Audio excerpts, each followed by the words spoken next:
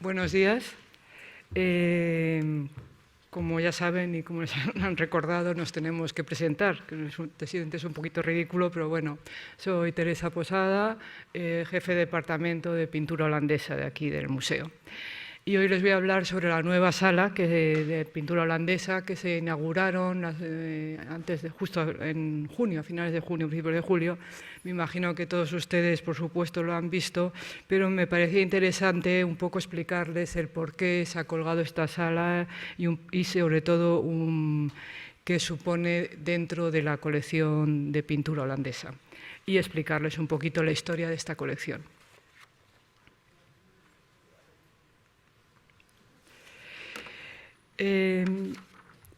Lo primero es definir qué es pintura holandesa, que muchas veces se sigue confundiendo. Se entiende por pintura holandesa aquella que se produce en las llamadas provincias, entonces llamadas provincias bajas del norte, a partir de su separación de las provincias bajas del sur, Flandes, de su separación y finalmente constitución en un Estado independiente de la corona española, de la corona española y con soberanía propia. Se constituyeron las llamadas la República de las Provincias Unidas, eran 7, la más importante de esas provincias fue Holanda, que era fue el motor económico y cultural y financiero de todas las Provincias Unidas. Las provincias bajas del sur, como saben, siguieron bajo soberanía española, pero las provincias del norte se independizaron. Y a partir de su primera revuelta, que fue a finales del siglo XVI, en 1581 en concreto, ya desarrollaron una pintura propia y diferente de la flamenca, pero que curiosamente tiene muchísima relación con la española, mucho más que la flamenca, que apenas sí tiene relación con la española. La colección de pintura holandesa del Prado son solo 100 cuadros. Digo solo porque, claro, comparado con lo que es la colección, por supuesto, española, la colección flamenca y la colección italiana, pues es muy pequeña. Solo hay una más pequeña, que es la alemana. La alemana, a cambio, son prácticamente todo lo que hay, son obras maestras, obras de primer orden, lo que no ocurre en la holandesa, por los motivos que a continuación les explicaré. Y, desde luego, en cualquier caso, también es mucho más abundante, mucho mayor numéricamente que la francesa, de la que apenas hay nada, y por supuesto, de la inglesa. Así es que uno de los primeros tabús, unos primeros tópicos que se repite constantemente, que la colección holandesa es muy pequeña, pues es relativamente cierto. ¿Por qué se ha explicado, cómo se ha explicado tradicionalmente esta aparente o supuesta escasez de pintura holandesa en las colecciones del Prado? Todos estos cuadros, bueno, no todos, pero sí la inmensa mayoría proceden de las colecciones reales, solo algunos entrarán a lo largo del XIX, después de la fundación del museo. Entonces, ¿cuál es la argumentación tradicional para justificar esta escasa presencia de pintura holandesa en las colecciones reales? Pues evidentemente se ha dicho siempre que esto es la consecuencia de la enemistad entre Holanda y España a partir de que en 1581 las provincias bajas del norte se rebelaran contra la soberanía de la monarquía española. Y constituyeron ya entonces de facto, no de derecho, pero sí de hecho, en una república independiente bajo la autoridad de los Estados Generales. Esta rebelión, que concluyó años después, en 1648, con la firma de la Paz de Münster por Felipe IV, donde el soberano español, la monarquía española, reconocía a las Provincias Unidas como un Estado soberano e independiente de la corona española. Entonces, esta enemistad política, o esta enemistad política que dio lugar a la larguísima guerra entre España y las provincias bajas,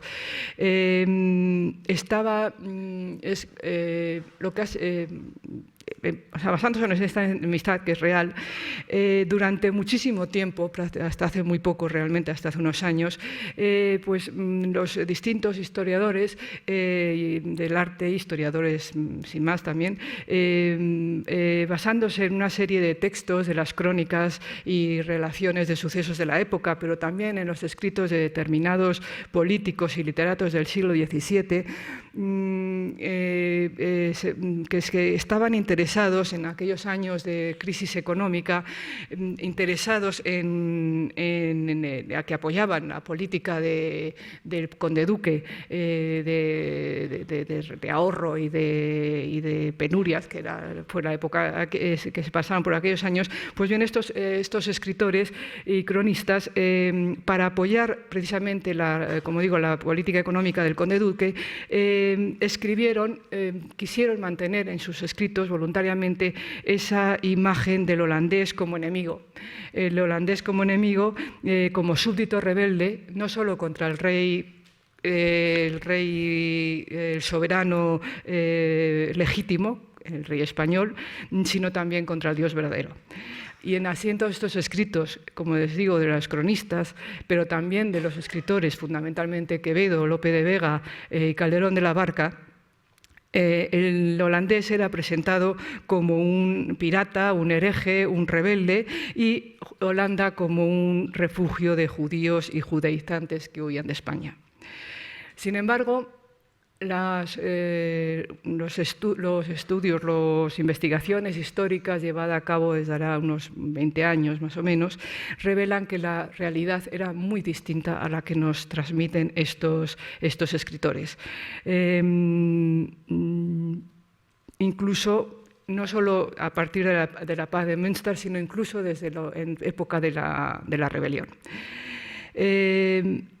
De acuerdo con las últimas investigaciones, estas últimas investigaciones demuestran que efectivamente siempre, desde la rebelión de 1561 y hasta la paz de Münster en el 48, ya la monarquía española había iniciado una política de acercamiento entre ambos países, para lo que contará además con también el apoyo de numerosos escritores, numerosos cronistas y numerosos políticos, entre ellos Saavedra Fajardo, que fue uno de los políticos más reconocidos en su época dentro y fuera de España. Pues para todos ellos entendían que Holanda era la República de las Provincias Unidas, era un modelo de laboriosidad y de bien hacer económico, y además y sobre todo iba a tener o les podía ayudar a España como papel, como mediadora a la hora de establecer las nuevas alianzas que España se iba a ver obligada a establecer con Inglaterra y con Francia, que eran a partir de la segunda mitad de la mitad del siglo XVII las nuevas potencias que surgían en el horizonte. Pues bien, el monarca español, Felipe IV en concreto, y ya les digo, como les digo, todo este grupo de políticos y de escritores, pues comprenden que es la actitud que tiene que tener España, esa actitud de acercamiento, que se afianza definitivamente, claro, tras la firma de la paz de Münster. De hecho, 3 años después de la firma, en 1651, ya había un embajador español en La Haya. Y además, al mismo tiempo, en Madrid había 2 embajadores holandeses. Un ordinario, que Felipe IV le recibe en audiencia en 1656, o sea, muy pronto, después de la firma de la paz, y el otro extraordinario. Lo que es muy curioso es que Barrio Nuevo, en sus avisos, cuenta que estos 2 embajadores holandeses, dice, tienen la casa en la calle de la Ballesta, aderezada a lo católico con cuadros de santos. O sea que Siempre, claro, la cuestión religiosa fue la cuestión fundamental para este acercamiento a Holanda, pero que tampoco era tan difícil porque, en contra de lo que se afirma y se repite y se mantiene, casi el 90% de la población española, de la población en las Provincias Unidas siguió siendo católica. La Iglesia calvinista, aunque era la que dirigía el cotarro, pero nunca realmente fue reconocida ni admitida por los Estados Generales como iglesia oficial, como religión oficial. En cualquier caso, y al margen de todas estas maniobras políticas, lo cierto es que lo que es importante para la cuestión de la presencia de la pintura holandesa en España es que, como digo, al margen de la enemistad política, lo cierto es que nunca en el terreno económico, en el terreno mercantil, hubo un problema, ni tampoco lo hubo en el intercambio cultural. Desde mediados del siglo XVI había colonias de mercaderes flamencos, entonces, claro, solo flamencos, estaban los Países Bajos, estaban unidos, es decir, mercaderes neerlandeses, en términos generales, había establecidas en España, fundamentalmente en Sevilla y luego en Cádiz, que para participar de ese modo, que como súbditos españoles tenían derecho a participar en el comercio de América. Pues bien, no hay una noticia que diga que incluso, como digo, en la plena revuelta contra Felipe II, los mercaderes holandeses fueran expulsados.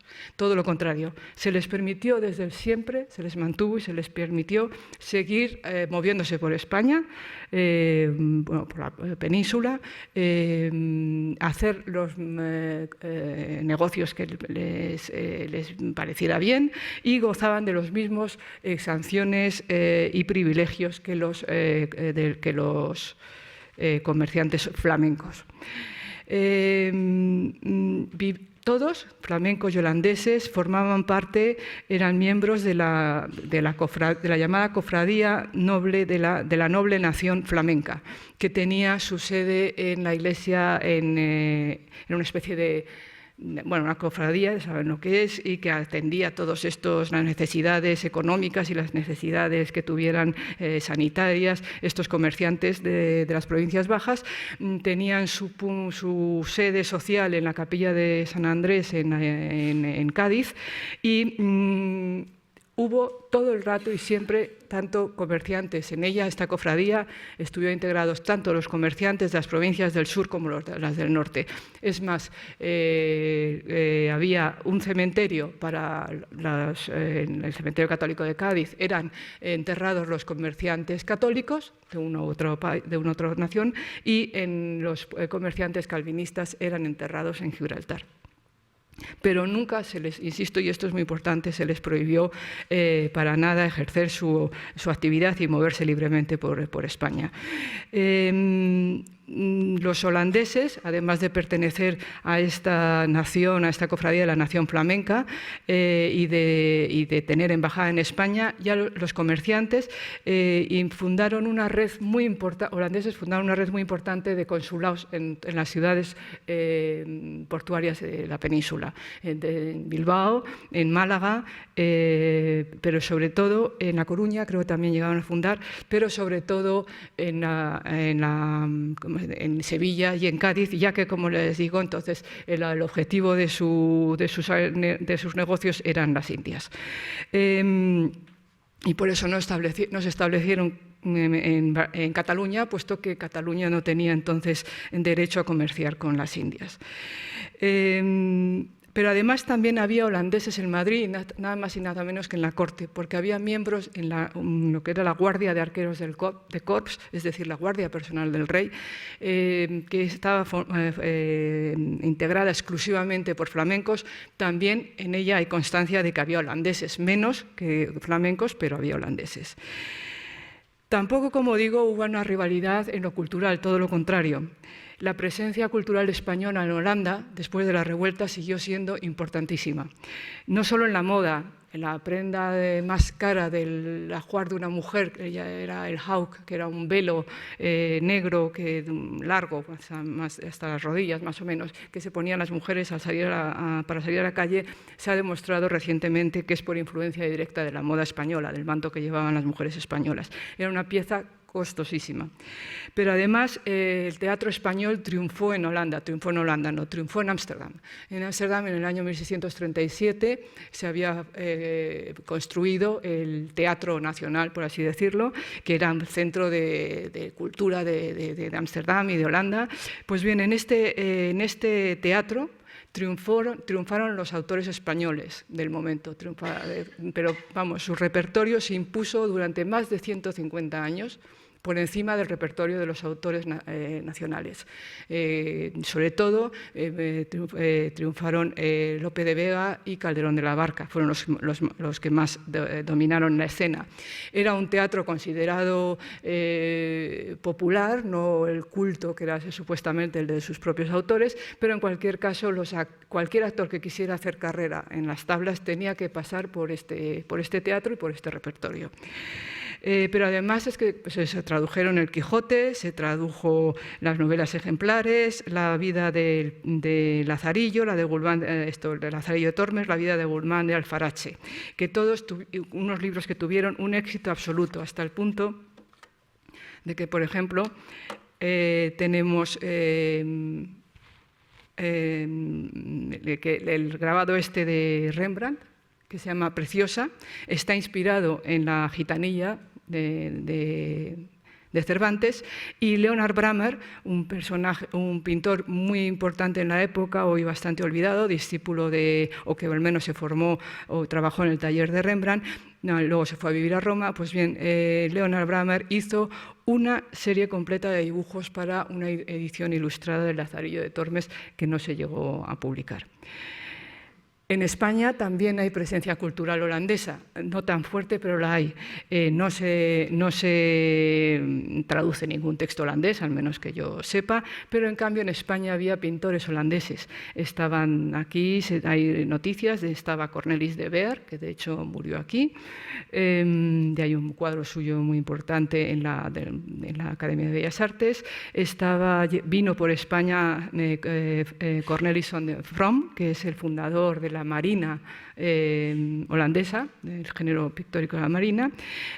Había un paisajista, Bernard van Reysen, que era un paisajista que venía de Italia, pintaba paisajes italianizantes, y lo más interesante es que parece ser que estuvo Henry ter Borch.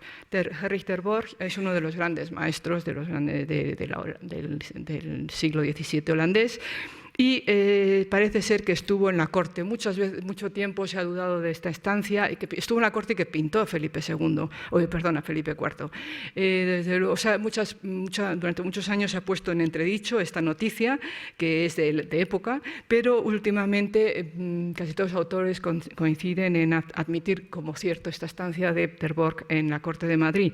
Se ha localizado, esto no es ter Borch, está mal colocada. Esta es la guardia de Corps que les hablaba antes, que había flamencos y holandeses. Este es ter Borch.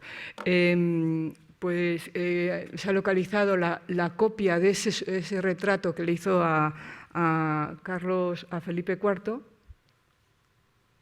Esta. Entonces, bueno, pues eso confirma evidentemente que pudo estar aquí, pero sobre todo es que los retratos de ter Borch, que les pongo aquí solo uno, son todo este estilo, serían incomprensibles absolutamente si no hubiera visto a Velázquez. La influencia de Velázquez es tan evidente que es seguro que ter Borch, el pintor holandés, tuvo que estar en la corte de Madrid y trabajar en la corte de Madrid. O sea que lo de la enemistad holandesa y española, pues hay que tomarla un poco con precaución cuando se habla de ello como motivo de la escasa presencia de pintura holandesa en España.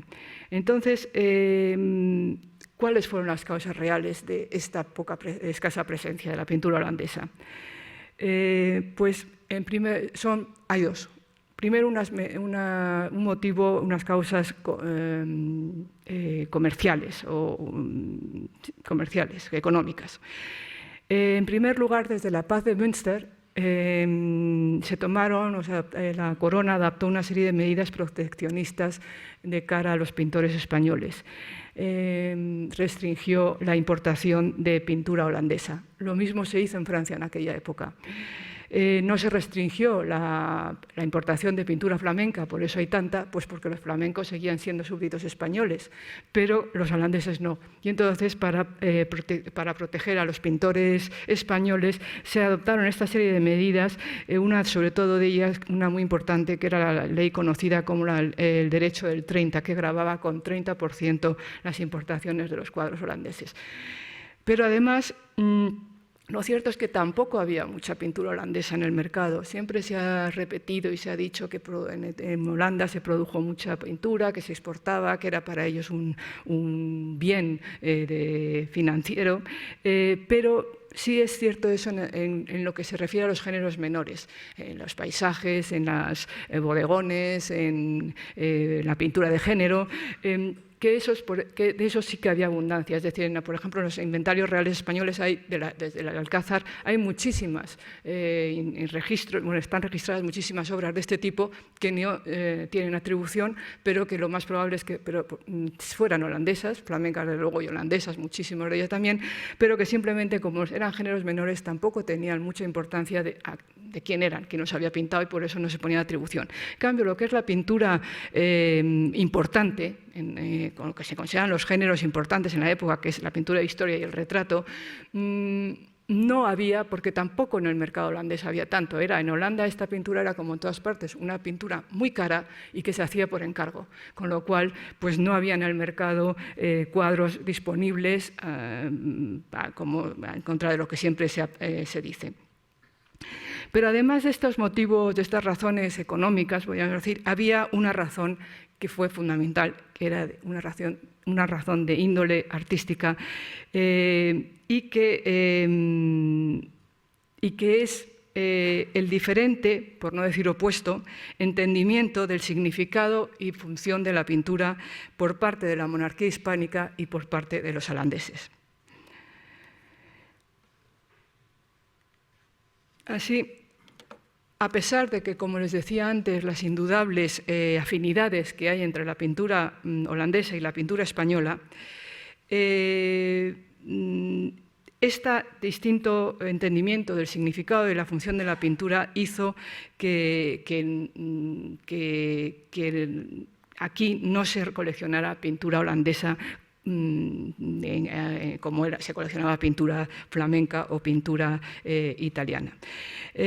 Cuando hablo de afinidades entre pintura holandesa y española, no me refiero a los préstamos iconográficos a través de las estampas que se producen desde el siglo XVI y que explica, por ejemplo, la relación de determinados cuadros de Velázquez o de Zurbarán con Hendrik Holsius, que fue uno de los principales artistas holandeses del siglo XVI, de final del siglo XVI, un productor de estampas que se dispersaron, se vendieron por toda Europa y, por supuesto, llegaron a España, y eso explica, como digo, la relación que se puede establecer entre el holandés y determinados cuadros de Velázquez o de Zurbarán. Tampoco me refiero, cuando hablo de afinidades, a la lógica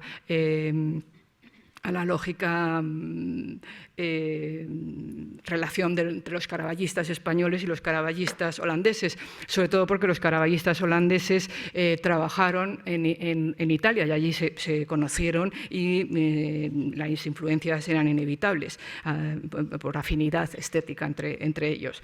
Sino que cuando hablo de afinidades me refiero a una serie de interrelaciones indudables que hay entre determinados cuadros españoles o pintores españoles y determinados cuadros holandeses y que no pueden ser explicados por la simple, como resultado simplemente de una coincidencia, de una sensibilidad de la época, como algunos autores hacen, sino que, a mi juicio, estas afinidades, como ahora les enseñaré, demuestran o hablan de un conocimiento por parte de los españoles de la pintura holandesa y viceversa.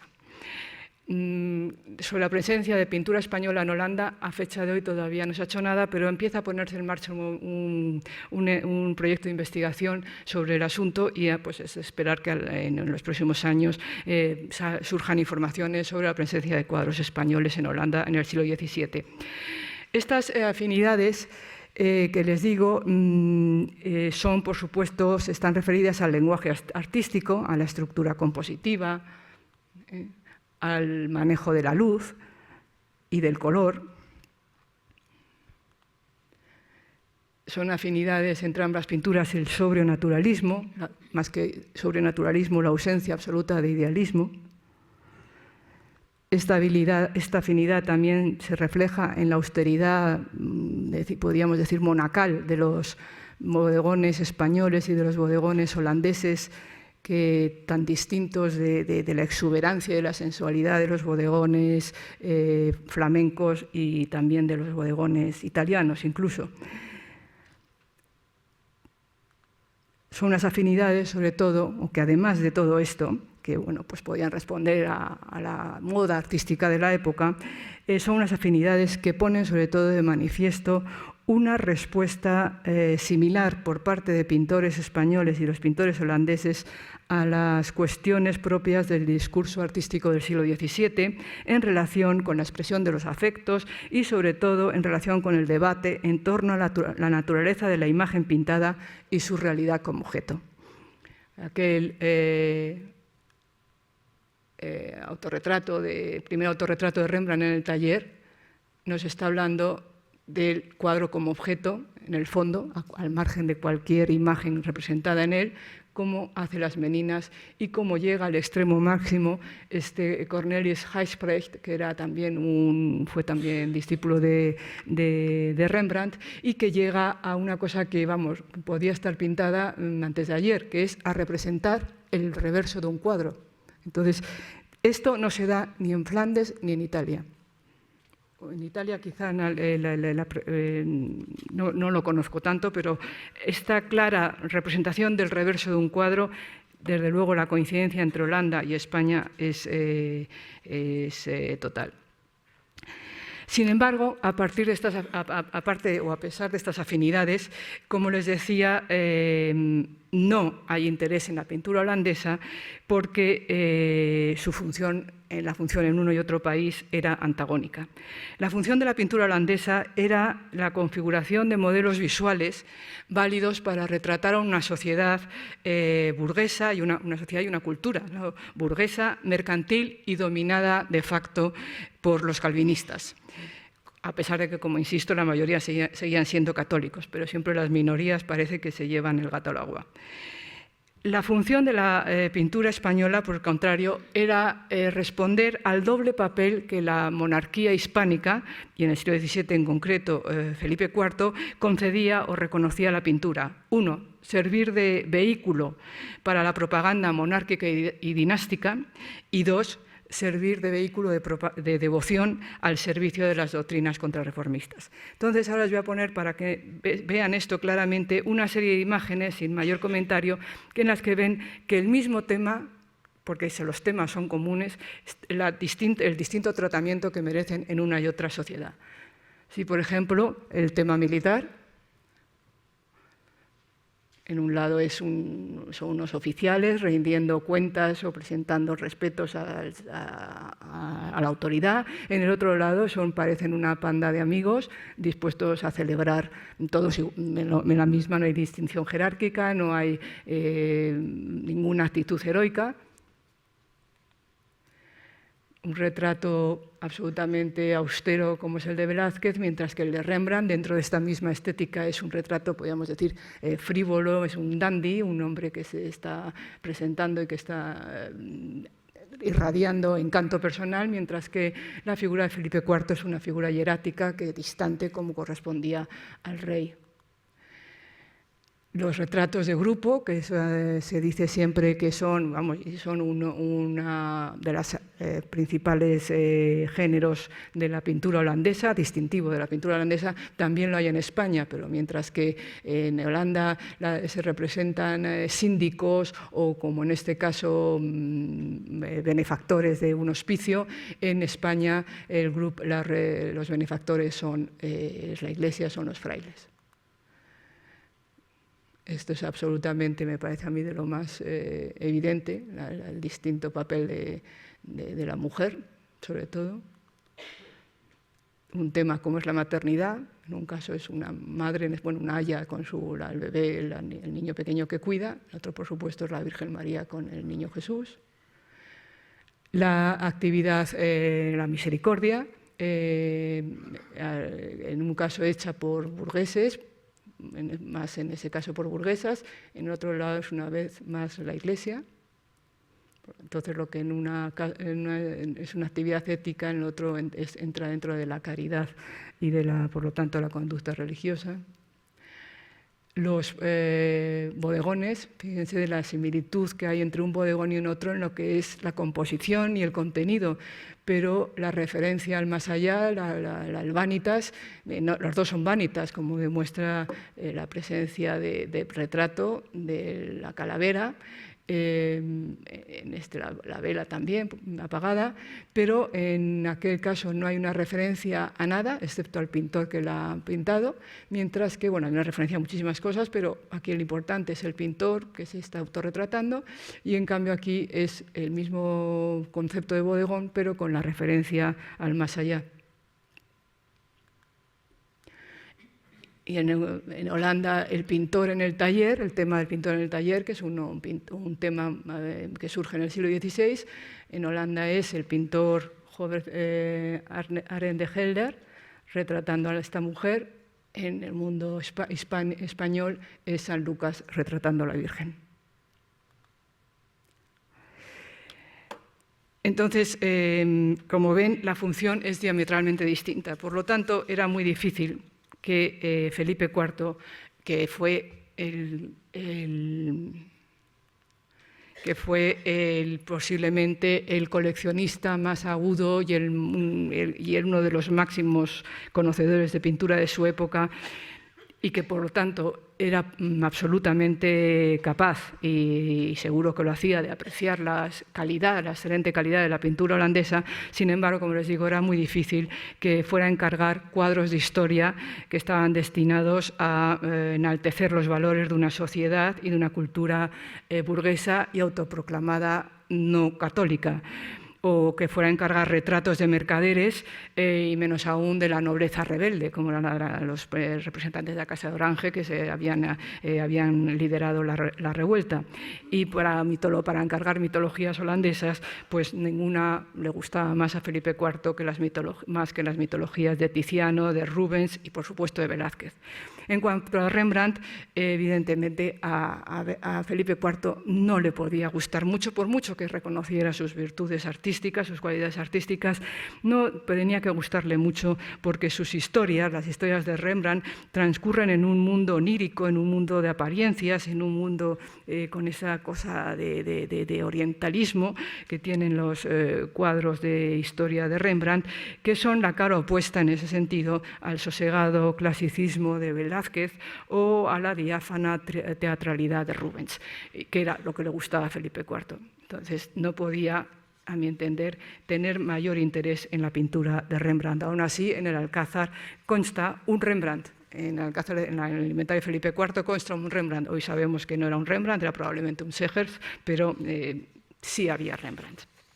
Entonces, como digo,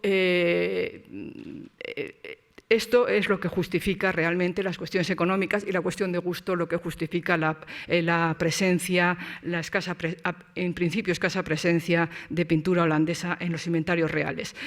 En el Alcázar se pueden contabilizar entre 7 o 9 cuadros identificados como holandeses. Así es que, por lo tanto, efectivamente, es un número muy bajo si lo comparamos con los cuadros inventariados italianos y con los cuadros inventariados flamencos. Pero no es muy bajo si lo comparamos con los cuadros inventariados alemanes, en el inventario de Felipe IV me estoy refiriendo, y por supuesto ni con los franceses ni con los ingleses, que no hay nada. Franceses solo hay 12 retratos que recuerde, y son porque son retratos de personas de las reales. O sea, que da igual que fueran holandeses o no en este sentido, son de la familia francesa.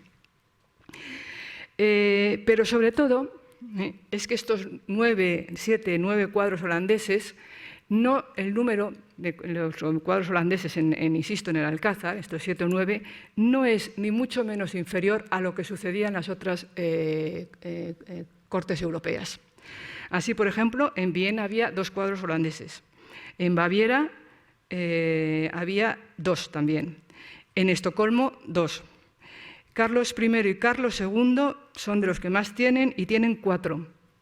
Y Luis XIV tiene 7. Pero solo hay un Rembrandt y el resto son paisajes.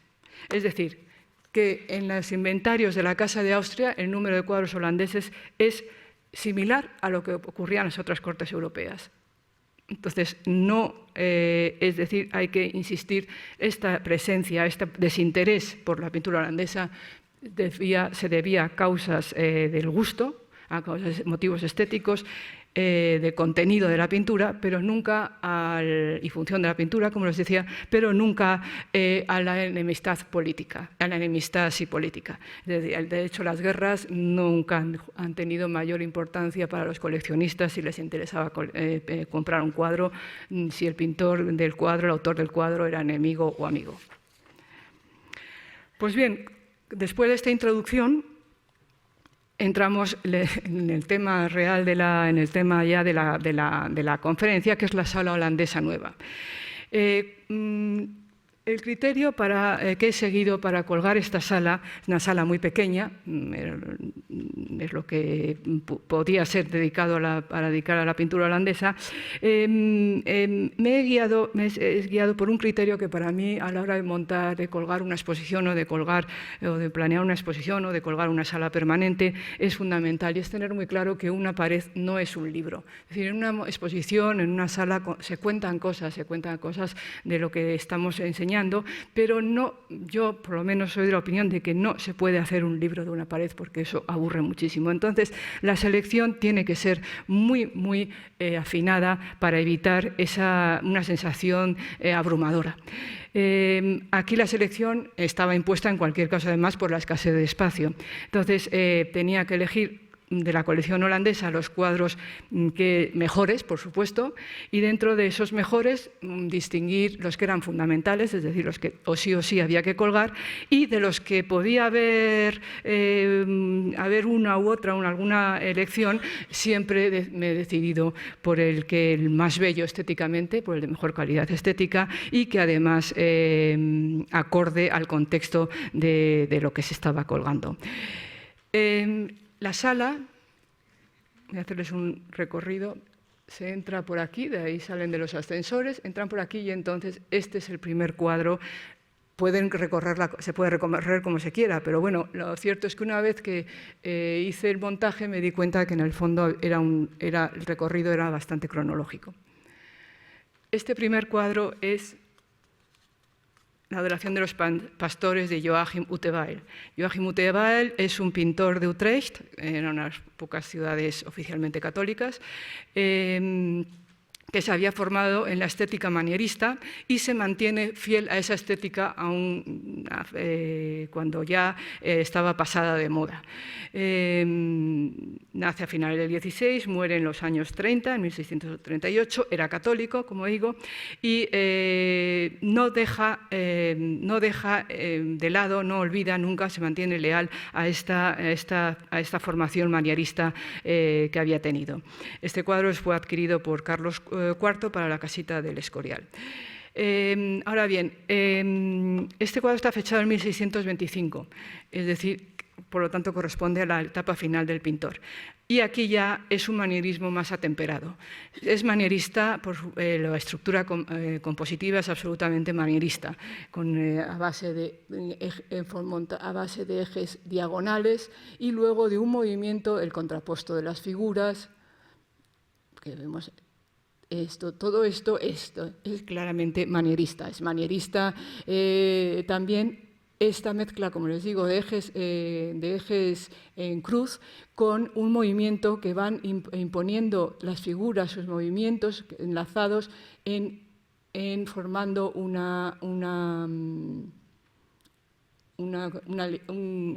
movimiento circular en torno al tema central del cuadro, que es evidentemente el Niño Jesús en el pesebre. Es manierista el colorido brillante, el aspecto pulido de toda la escena. Es manierista esta figura que desde el primer plano surge y avanza para avanzar hacia el fondo. Esto es característico, tanto como dar la espalda al espectador de la estética manierista. Manierista es también la práctica ausencia de profundidad espacial y la apertura en las arquitecturas del fondo, esas aperturas hacia el exterior, donde hay otra escena, que es en este caso el anuncio a los pastores, es decir, la escena que precede a lo que nos están contando en el primer plano. Esa herramienta compositiva es característica del manierismo y en cierto modo va a pervivir en muchos pintores barrocos. Vemos aquí la escena representada, evidentemente, es el nacimiento de Cristo, donde está el buey, que es el símbolo del cristianismo, mientras que tiene gracia porque el asno, que es el símbolo del judaísmo, está allí lejos, como mirando, comiendo, sin enterarse de lo que pasa adelante. Eso me parece que tiene toda la gracia y es absolutamente evidente el mensaje que está mandando el cuadro. Luego es curioso esta pose del niño, que no es, a mí me parece podría ser hasta un poco como poco seria, esta especie de escorzo posando. Pero como les digo, bueno, todo responde a lo que era la estética manierista, esa estética cortesana y refinada que se impone a finales del siglo XVI. Sin embargo, como les digo, esta escena, que está aquí firmada y fechada, en 1625, es de la etapa final del pintor, donde el pintor sí que ya, a pesar de mantenerse fiel a todo esto, pues tiene que ha empezado a incluir en su obra unos elementos naturalistas que se empezaban a imponer entonces en la pintura, tanto en la propia escuela de Utrecht como en el resto de Holanda.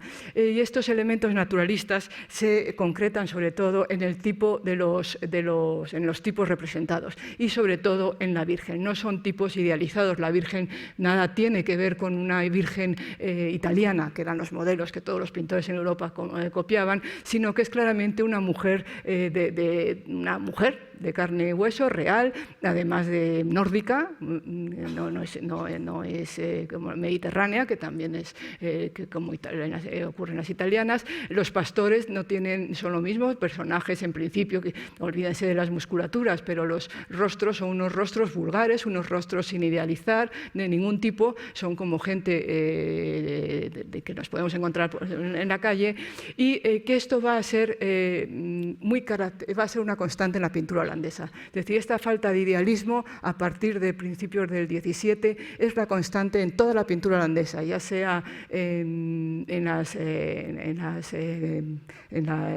los pintores que surgen o que evolucionan del manierismo, pero como los clasicistas tampoco tienen ninguna idea, como veremos luego, tampoco tienen ningún idealismo. El idealismo grecorromano, el idealismo como estaba entendido y como desde el Renacimiento italiano y como se seguía entendiendo en todos los países europeos, en Holanda, en los Países Bajos poco, pero en Holanda nada, no existe. No hay ninguna referencia al mundo grecorromano. Al lado está este paisaje de Doubels, que es un paisaje absolutamente naturalista del puerto de Ámsterdam. Está identificado el lugar, es el muelle oriental del puerto. Es un paisaje que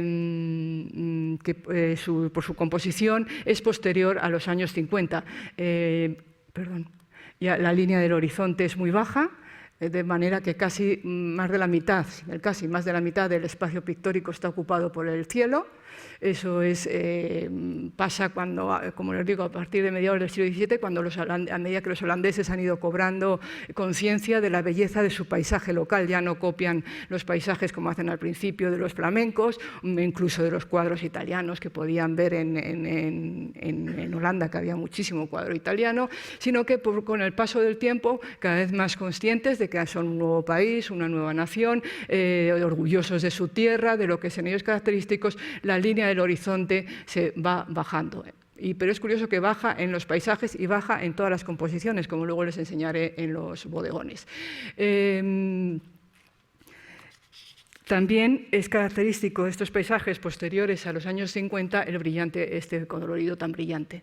Durante los años 30, en la pintura holandesa, hay una etapa que se llama monocroma, donde imperan los tonos ocres y los tonos grisáceos, pero a partir de los años 40 así, eso desaparece y pasa a ser sustituido por estos colores brillantes. Estas dos escenas de Bramer, que Bramer es un pintor que se forma como el que les enseñé antes, que había ilustrado el Lazarillo, se forma con Rembrandt, y luego se va a Italia y se convierte en un pintor culto, donde hace estas pequeñas escenas, muchas de ellas sobre pizarra.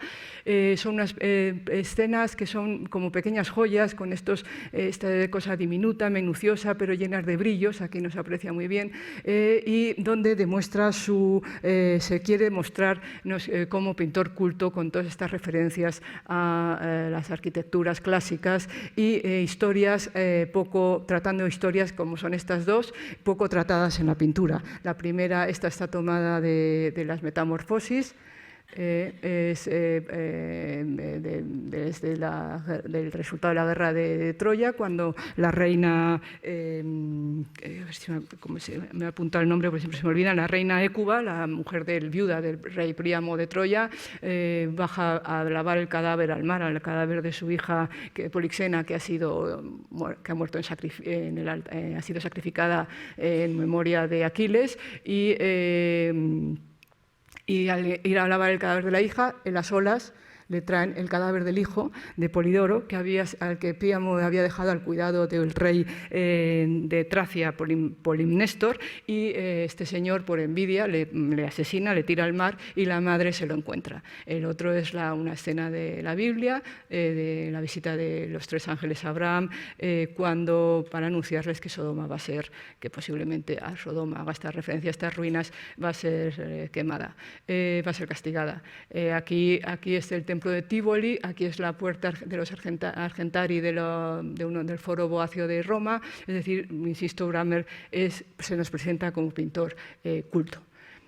A continuación está, por supuesto, en la pared que sigue, el lugar central lo ocupa Rembrandt, como no puede ser de otra manera, es el único Rembrandt que tiene, aparte que es un muy buen cuadro, evidentemente, está fechado en el 35, es el único Rembrandt que tenemos en España, forma parte de una serie todas fechadas en estos años y de características compositivas muy similares, donde Rembrandt está midiéndose, todavía un Rembrandt joven, midiéndose con Rubens. Esta mujer es claramente rubeniana, es Judith en el banquete de Holofernes, y está flanqueada a un lado por Salomón de Bray. Este cuadro de Salomón de Bray con Judith con la cabeza de Holofernes es uno de los representantes del clasicismo holandés, una tendencia estética que hasta hace muy pocos años los propios holandeses ni contemplaban, apenas lo estudiaban.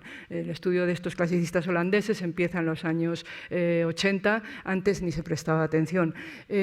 Curioso de este cuadro, de Judith presentando la cabeza, es que quizás, como sepan ya posiblemente muchos de ustedes, esta cabeza estaba cubierta, hasta los años 90 era una vasija azul y bueno, pues se localizaron un dibujo, diversos historiadores, dos historiadores europeos, localizaron un dibujo relacionado con este cuadro, el dibujo del cuadro, y otra versión del cuadro, una réplica, pero que curiosamente, pues en lugar del jarrón azul que tenía nuestro cuadro, pues tenía la cabeza de Holofernes. Entonces, se analizó el cuadro, se hizo una radiografía y se vio que efectivamente el jarrón era un repinte y se levantó y salió la cabeza de Holofernes. La cuestión es por qué se hizo esto, que fue anterior el repinte al siglo XVIII, es decir, es posible que ya este cuadro estaba en el Alcázar, desde rescatado del incendio del Alcázar, es posible, pues lo tanto, que se hiciera cuando ingresan las colecciones reales. Entonces, pensando por qué podía haber sido esto, me di cuenta que en el dibujo y en la otra réplica, el otro ejemplar, la Judith no tiene este adorno de cintas de colores, sino una diadema, simplemente una diadema de espigas de trigo. Entonces, estos colores, el rojo, el azul y el blanco, son los colores de Holanda. Entonces, al poner esta diadema, estas cintas de colores en la diadema de Judith, automáticamente Judith queda convertida en una representación de Holanda con la cabeza del enemigo vencido, del rey de España. Entonces, evidentemente, cuando está entrando en las colecciones reales, eso se lee, en la época se lee inmediatamente y se pinta la cabeza, se tapa la cabeza. Al otro lado está este Matthias Thom, que es el único cuadro caravallista holandés que tenemos. De todas formas, Thom es un pintor que se va a Italia, trabaja mucho en Nápoles y en Sicilia, donde muere. Es decir, que este cuadro, que sí que está atribuido en los inventarios a Thom, desde el primer momento, desde el Alcázar, pues probablemente no se compra porque sea holandés, sino se compra porque es un tema contrarreformístico, en este caso en relación con la doctrina del Corpus Christi promulgada por Trento. Por ello, al contrario de las representaciones de este tema en Caravaggio y en otros caravallistas holandeses,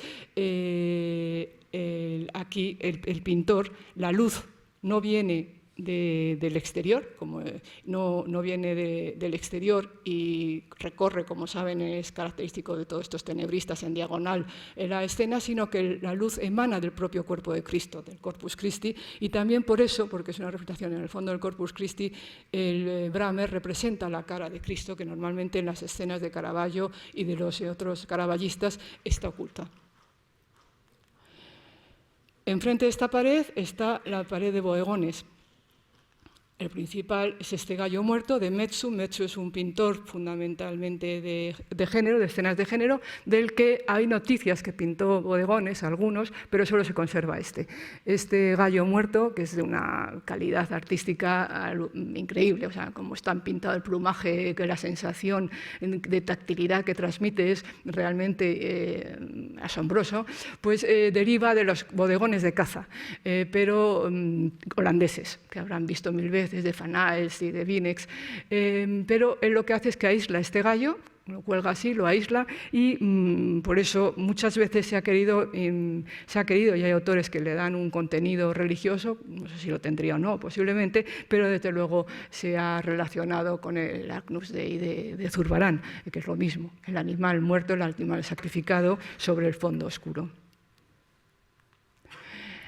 En esa pared están estos bodegones de Claes y de Heda. Son los que se llaman bodegones monocromos, que se los inventan ellos en torno a 1629-30, y los dos viven en Haarlem y pintan juntos y pintan igual. Distinguir un bodegón de uno del otro es prácticamente difícil. Ahí he hablado con especialistas que dicen que sí, yo desde luego creo que no, y que además como tampoco es posible distinguir un bodegón de Braque y uno de Picasso de los años 10-12, de los bodegones cubistas. Solo si sabes que está firmado y lo has visto, lo distingues, si no, imposible. Estos bodegones responden todos a la misma estructura compositiva, una pared iluminada, eso delante de una mesa con los objetos dispuestos sobre ella. Como les decía antes, ven la línea de horizonte, es como el paisaje es muy baja, a lo que en el paisaje es el cielo, aquí es este vacío, que es también una cosa muy novedosa, que los holandeses pintan por primera vez el vacío.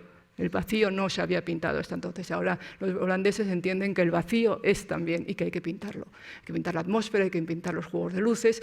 Y, como les digo, hay mesas de estas con comida, con utensilios. Los hay desde el principio del siglo XVII, incluso finales del siglo XVI, producidos tanto en Flandes como en el sur de Holanda. Pero allí, en esos casos, la mesa sube, el borde de la mesa sube hasta aquí. Pues como esto, los holandeses van bajando, como hacen con el paisaje, insisto, la línea de horizonte. Estos bodegones no se sabe muy bien cuál es el contenido. Se le ha dado todo tipo de posibles significados, pero en cualquier caso lo que está claro es que están pensados para que el pintor pueda hacer un alarde de sus habilidades para pintar las distintas texturas, el reflejo de la luz, de la perspectiva, cómo están colocados los distintos objetos, o lo obliga a demostrar el dominio que tiene la perspectiva, que para los pintores de la época es una de las cualidades principales. Todas incluyen esta copa, que es la copa Romer, donde se refleja la ventana por la que estaría situada ahí, por la que entra la luz que ilumina la escena. Pero tampoco vemos, es toda la referencia al foco lumínico. En el caso este, que tiene un reloj, pues inmediatamente está interpretado como una vanitas. Son objetos lujosos, fabricados en Holanda todos, excepto esta taza, la taza de plata, esa es italiana, y son alimentos también muy lujosos, es decir, eran el ajuar doméstico, pero de una clase social muy alta. Rubens llegó a tener dos o tres de estos bodegones. Junto a estos bodegones está colgado este de Peter Steinbeck, que es un pintor de vanitas, y responde a la misma composición que los otros, la mesa contra la pared y con los objetos dispuestos sobre ella. En este caso son objetos de vanitas, la calavera, aquí está la luz apagada, todavía se ve, visto al natural es que se ve el humo ligerísimo como sale, y aquí también. Y muy curioso de este bodegón, esta vanitas, es que es la única que se conoce que incluye la bolsa de viaje como una referencia al paso por la vida. Y en esta pared tenemos finalmente esta escena ¿cómo se llama? De un establo, una cuadra, que no es un bodegón, evidentemente, pero que la he incluido aquí también por dar una cierta variedad a la pared y que no sean todo bodegones, pero sobre todo porque es un tipo de escena que hace este pintor, Philips Boberman, que es muy escasa en su producción, porque Boberman se especializó sobre todo en cacerías y en escenas de batallas muy imaginativas, todas muy reales, pero con las que hizo furor en Europa, sobre todo en el siglo XVIII. Entonces, este cuadro nos remite a la última pared de la pared de paisajes, donde en este lado esas cacerías, una de las cacerías que les digo típicas de Boberman. Son unos paisajes, como se conocen, tipo de paisaje italianizante, no es un paisaje nórdico, es un paisaje inventado, que estos pintores italianizantes hacen, y donde tienen ya no se trata, ya es un paisaje moderno, en el sentido de que ya no es un paisaje que sirve de fondo a una escena, sino que la escena está imbricada en el paisaje. Eso hasta el siglo XVII no era, en Holanda no se había producido. Son los holandeses los que inician esto. Son unos paisajes con unas lejanías que se extienden hasta el fondo, hasta el final, en estas gamas de pastel que, claro, entiendes que triunfaran en el siglo XVIII. De hecho, en el siglo XVIII todas las cortes europeas compiten por coleccionar el máximo número posible de Bobermans, y yo creo que la corte española ganó. Los nuevos Borbones, Felipe V e Isabel de Farnesio, reunieron una colección inmensa de Bobermans, muchos han salido a lo largo de los siglos de la colección y de España, pero con todo y con eso conservamos un grupo muy importante de cacerías. Esta es una de las más bellas y desde luego una de las obras maestras, considerado por los especialistas como una de las obras maestras de Boberman, pero tenemos estas otras, igualmente bellísimas. Y Esto nos remite al último cuadro de la sala. Porque, como les digo, Bobermans es un pintor italianizante. Y estos pintores italianizantes en Italia surgen a raíz de estos paisajes, pintados por Jan Both y otros por Svanefeld, que luego les enseñaré, que eran dos pintores que vivieron en Roma en los años 20 y que introdujeron luego inician este tipo de paisaje, paisajes de la campiña romana, donde se estudian los efectos de la luz, de los reflejos, sobre todo donde se estudia los contrastes lumínicos naturales. No son ya cuadros estos son telones, son realmente paisajes, donde este es el primero caso de un paisaje pintado de un contraluz. Pues bien, estos paisajes de Jan Both y Svanefeld forman parte del gran encargo que hizo Felipe IV para la decoración del Palacio del Buen Retiro en el 1634-35. No se sabe muy bien cuándo, pero una vez terminado el palacio y se plantea el cargar cuadros ex professo para su decoración. Se encargan en Roma, porque era, como no puede ser de otro modo, y se les da a los pintores unas indicaciones exactas de lo que se querían. Son paisajes con ermitaños o con escenas bucólicas de pescadores, de pastores, de gente del campo. Es un canto a la vida campesina, a la vida del campo, muy acorde con el Palacio del Buen Retiro, que era un palacio de recreo rodeado de parque. El encargo lo gestiona el marqués de Castelrodrigo a través de un agente Flüt, que era un agente, un marchante flamenco que vivía en Roma, que sería el mejor de su época para que Castelrodrigo recurriera a él, que era el que elige a los pintores y para hacerse cargo de estos cuadros. Son más de 50 cuadros, en ellos hay cuadros de Poussin, de todo el círculo de Poussin, y hay cuadros de Claudio de Lorena, Svanefeld y, como les digo, Jan Both. Jan Both es realmente, después de Poussin y Lorena, el mejor. En ese momento en Roma hay dos encargos muy importantes, es este para el rey de España y otro también de paisajes de este tipo para los Barberini. Siempre, como claro, luego en Roma se quedaron a vivir Poussin y Claudio de Lorena, pues son los que han pasado a la historia y siempre se habla como que eran los importantes del grupo, por así decir, pero los estudios recientes demuestran que no. El importante del grupo era Svanefeld. Este era el importante del grupo, era el que ya en el año 1626 había hecho grandes paisajes de este tipo para Barberini también. Comparte taller con Claudio de Lorena y es muy posible, Claudio de Lorena para entonces solo hacía cuadros pequeños, que Claudio de Lorena aprendiera este tipo de paisaje de Svanefeld. Pasa que luego Svanefeld se va, como les digo, se va a Francia, se pierde su rastro, su memoria. A los holandeses, lo mismo que con el clasicismo, este tipo de paisaje les ha empezado a interesar hace muy pocos años, ni lo consideraban pintura propia.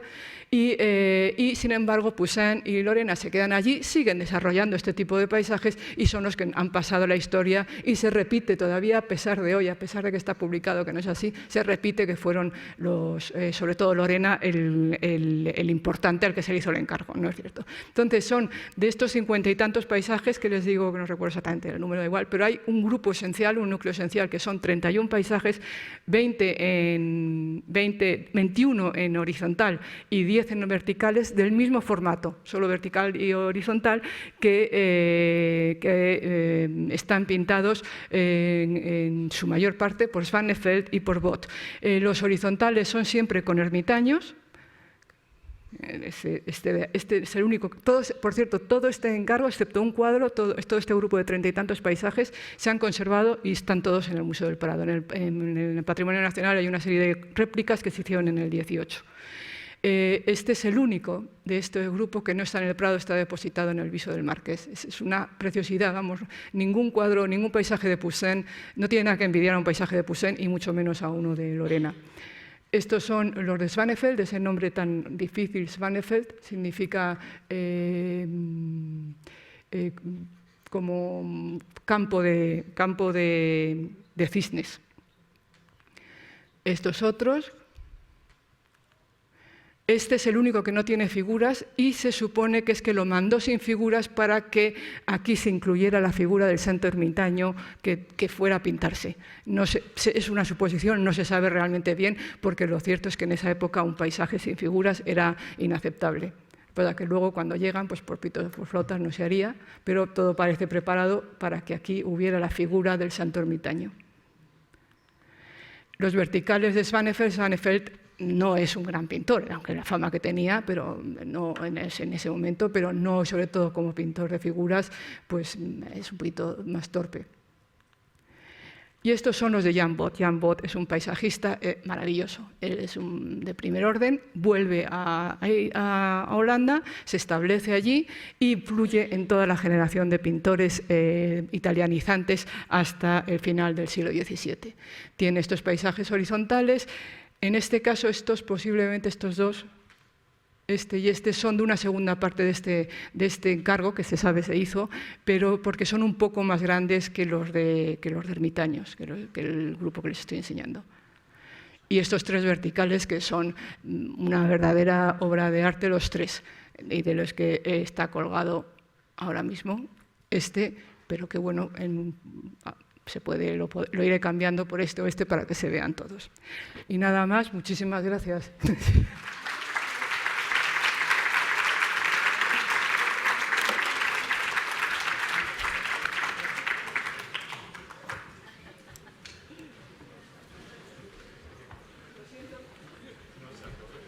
Perdonen que me he prolongado a lo mejor, sí, pero lo siento.